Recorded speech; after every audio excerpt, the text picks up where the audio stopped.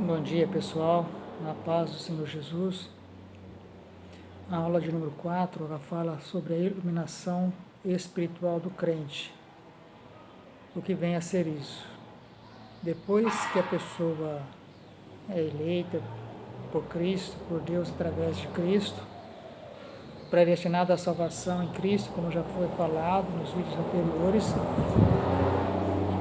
a pessoa conhece a Deus através do Evangelho, por meio de Jesus, aceita Cristo como seu Senhor e Salvador e passa então aí a desfrutar das bênçãos espirituais em Cristo, como nós já vimos lá nos primeiros vídeos. Então essa lição de hoje, a aula de hoje, número 4, o texto de ouro, né, da lição, toda lição tem um texto de ouro, e essa de hoje diz assim: para que o Deus de nosso Senhor Jesus Cristo, o Pai da glória, vos dê em seu conhecimento o espírito de sabedoria e de revelação. O apóstolo, ele começa, nós vimos lá nas primeiras lições, ele começa a carta com agradecimentos, louvando a Deus, e nós falamos lá as razões pelas quais ele louvava a Deus, e depois, na sequência, ele vai agradecer a Deus pela vida dos crentes da igreja de Éfeso. Então, no versículo 15, ele começa dizendo: pelo que, ouvindo eu também a fé que entre vós há no Senhor Jesus e o vosso amor para com todos os santos, não cesso de dar graças a Deus por vós, lembrando-me de vós nas minhas orações. Ou seja, ele começa agradecendo a Deus pela vida dos crentes lá da igreja de Éfeso e ora por eles. Essa oração intercessória, que é uma oração que todos nós devemos fazer pelas pessoas, de interceder uns pelos outros. Então ele ora agradecendo a Deus pela vida daqueles irmãos lá da igreja de Éfeso, pela fé deles no Senhor Jesus e pelo amor deles para com os demais irmãos da igreja. E diz que não cessa de agradecer a Deus por eles nas suas orações. Para que ele orava a Deus? Para que Deus, aí diz, o Pai de nosso Senhor Jesus Cristo, Pai da glória, vos dê em seu conhecimento o espírito de sabedoria e de revelação. Por quê? Porque nós precisamos receber de Deus a sabedoria e a revelação da palavra cada dia. É Deus que nos revela a palavra, não é o muito estudar, não é os bancos escolares, embora isso seja importante, mas a revelação de Deus, a revelação de Cristo, a revelação da fé é dada através do Espírito Santo, e é Deus que nos dá essa revelação, e através do seu Espírito Santo. Aí ele continua dizendo: tendo iluminado os olhos do vosso entendimento, ou seja, Deus deu entendimento às pessoas, né, que creram em Cristo, para que eles soubessem, né, para que saibais qual seja a esperança da sua vocação e quais as riquezas da glória da sua herança dos santos. Esse texto é do primeiro capítulo ainda da carta aos Efésios, nós estamos no versículo 18. No 19 ele diz: e qual a sobreexcelente grandeza do seu poder sobre nós, os que cremos, segundo a operação da força do seu poder, que manifestou em Cristo, ressuscitando-o dos mortos e pondo-o à sua direita nos céus. Está falando de Jesus, né? Que Deus ressuscitou a Jesus e fez-o assentar à direita de Deus nos céus, acima de todo principado e poder, e potestade, e domínio, e de todo nome que se nomeia, não só neste século, mas também no vindouro. E sujeitou todas as coisas aos pés de quem? De Jesus, e sobre todas as coisas o constituiu como cabeça da igreja. Nós já falamos lá na primeira aula sobre a cabeça da igreja, Cristo é a cabeça da igreja, que é o seu corpo. Quem é o seu corpo? A igreja, a plenitude daquele que cumpre tudo em tudo. Então, ele, nesta oração intercessória, ele agradece a Deus pela vida dos irmãos da igreja de Éfeso e pede a Deus que dê a eles sabedoria, entendimento e revelação da palavra, para que eles entendam e compreendam os mistérios de Deus.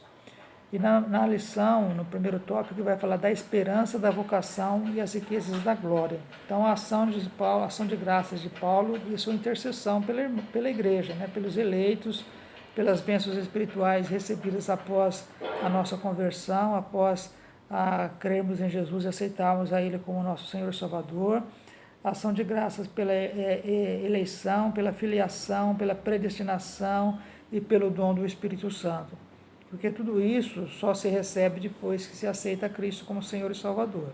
Essas são bênçãos espirituais destinadas aos crentes. E quando eu digo aos crentes, é no termo geral, quem é crente, aquele que crê em alguma coisa. Crente é quem crê em alguma coisa. E no caso, aqui a crença não é em qualquer coisa, a crença aqui é em Deus e em Jesus como Senhor e Salvador.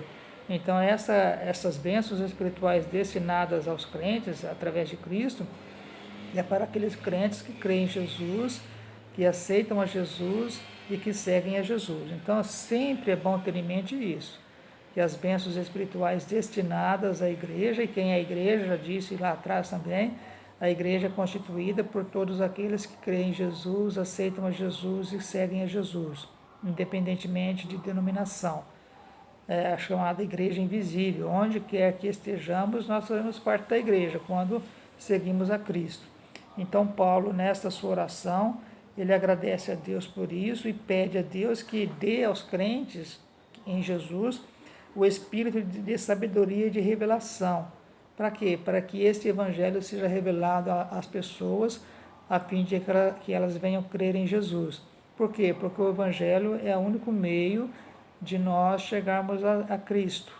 E o único meio de chegarmos a Deus é através de Cristo. Então, o evangelho de Jesus veio para isso, para nos levar, para nos restaurar, para nos reconciliar com Deus. E é só através deste evangelho de Jesus que nós somos reconciliados com Deus, através do sangue de Cristo, através da morte de Jesus. Então Paulo rogava para que os crentes recebessem essa capacidade de compreender, por meio do Espírito Santo, a esperança da chamada. Qual chamada? A chamada para a salvação. E as riquezas da herança. Qual a herança? A herança da grandeza do poder de Deus, que nós, os crentes, em Jesus, haveremos de herdar depois, no final dos tempos. Aí ele fala da esperança da vocação. Paulo intercede para que o Espírito Santo ilumine os crentes a fim de saberem qual seja a esperança da sua vocação. Para que sejam capazes de experimentar e conhecer profunda e espiritualmente os privilégios de serem vocacionados. Todos nós temos vocação para a obra de Deus. E essa vocação, muitas vezes, demora a nós entendermos, compreendermos qual é a nossa vocação, qual é a nossa chamada.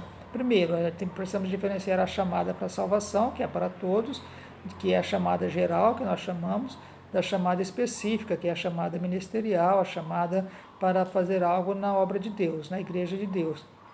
Então ele pede para que os crentes fossem iluminados e revelados a eles essa vocação que nós temos para a chamada. Um tem chamada para evangelismo, outro tem chamada para o ensino, outro tem chamada para pastor, outro tem chamada para missionário, outro tem chamada para oração, ministério da oração, ministério de louvor. Então, são muitas as chamadas que Deus tem na igreja para o seu povo. E cada um de nós precisamos compreender essa chamada, além da chamada para a salvação, que é essencial, também a chamada específica para o ministério ou os dons ministeriais que Deus tem para distribuir para a sua igreja. Então, Deus chamou as pessoas no passado, ou seja, uma chamada que ele teve iniciativa por meio da eleição em Cristo. Então essa chamada é antiga, não é de hoje. Lembra, antes da fundação do mundo nós já fomos chamados, fomos eleitos, fomos escolhidos por Deus para a salvação. E aí quando nós entendemos essa chamada e aceitamos a Cristo, então cumpre-se no presente essa chamada que fora feita no passado através de Cristo, que Deus escolheu. E além disso, além de ter tido essa iniciativa no passado por meio de Cristo, essa chamada abrange o serviço de santificação no presente. Ou seja, hoje nós entendemos essa chamada, aceitamos Jesus, agora nós precisamos viver uma vida de santificação. O que é isso? A aproximação de Deus. Santificar é isso, é separar do mundo, das coisas perecíveis e aproximar-se de Deus, pensar no espiritual. Paulo diz: quem está em Cristo, pensai nas coisas que são de cima e não nas que são da terra. Então nós precisamos pensar sempre nas coisas espirituais. É claro que precisamos das materiais, mas as materiais não é primordial em nossa vida. Isso dizendo questão espiritual. A espiritual vai em primeiro lugar. Aí depois ele fala das riquezas da glória da sua herança, que é a herança que nós recebemos de Deus através de Cristo.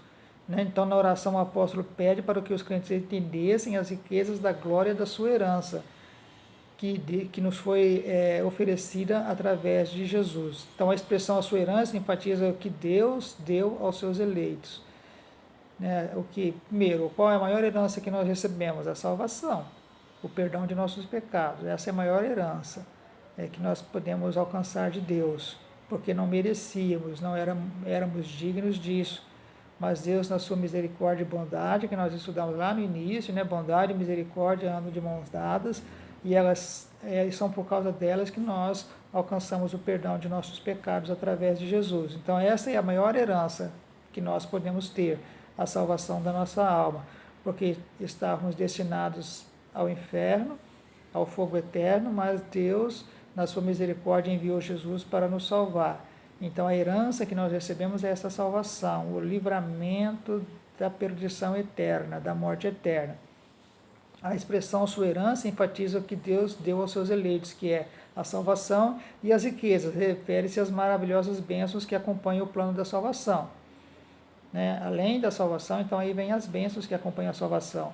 O perdão, a reconciliação com Deus, uma vida de comunhão com Deus, poder falar com Deus a qualquer momento, a esperança da vida eterna, os dons espirituais, né, o Espírito Santo que nos é dado como selo da promessa.